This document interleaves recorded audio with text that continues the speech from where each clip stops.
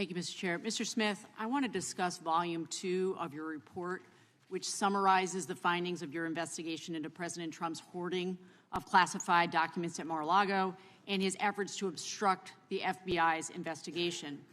Mr. Smith, is it generally the practice for a special counsel's report to be made public to the American people?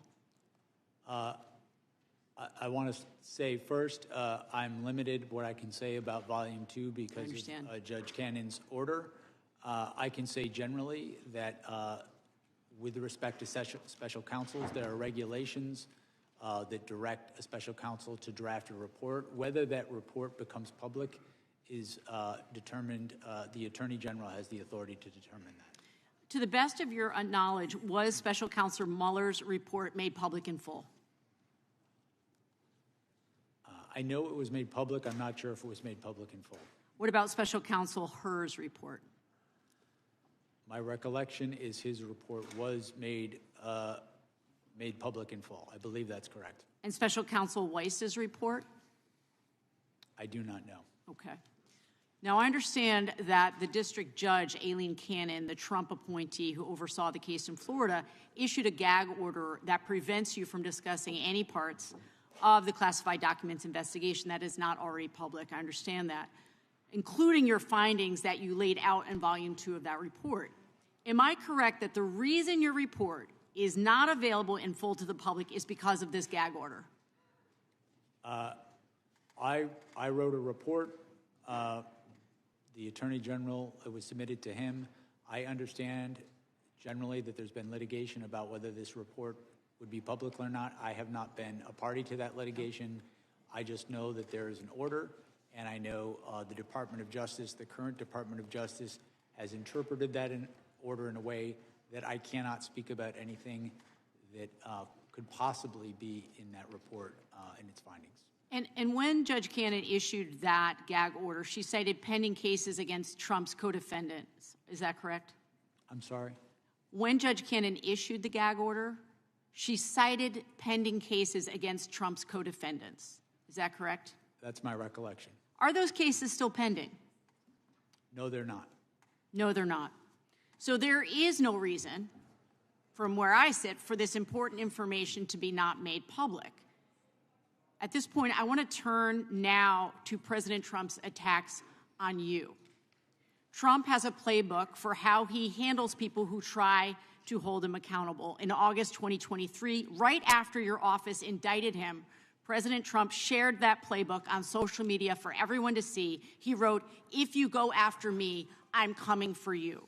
Trump has said that you, Mr. Smith, should be investigated and put in prison. He called you a disgrace to humanity, a radical left Marxist, a criminal. In fact, Trump has used the words deranged Jack Smith 185 times on Truth Social. How do you think that these statements have impacted you, your staff, and your investigation?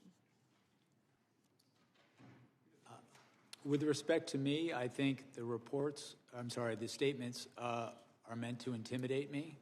I will not be intimidated. I think these statements are also made as a warning to others what will happen if they stand up. And I am, as I say, I'm not going to be intimidated. We did our work pursuant to department policy. We followed the facts and we followed the law, and that process resulted in proof beyond a reasonable doubt that he committed serious crimes. I'm not going to pretend that didn't happen because he's threatening me. And Mr. Smith, do you believe that President Trump's Department of Justice will find some way to indict you? I believe that they will do everything in their power to do that because they've been ordered to by the president. That's very concerning, obviously. It's very concerning to all of us, at least on this side of the aisle. This is Trump's playbook at work.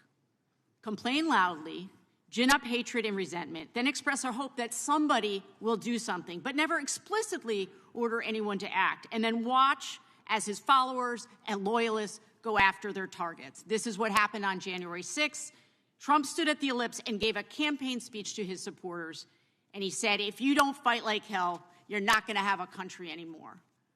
And I think it's clear that his intimidation will stop at nothing. I want to speak on behalf, in closing, I want to speak on behalf No of closing. people. Chairman, regular order. No, I'm sorry. Mr. Chairman, I'm regular sorry order. you have gone over numerous times. Time belongs to the gentlelady from Vermont. I'll let you go a couple more seconds. Thank you, Mr. Chair. Like I have all day. Thank you. On behalf of the people of the state of Vermont, thank you for all of your 30 years of service to this country and to the police officers sitting here. I'm ashamed that you have not gotten your due. Time of the gentlelady has I expired. yield back.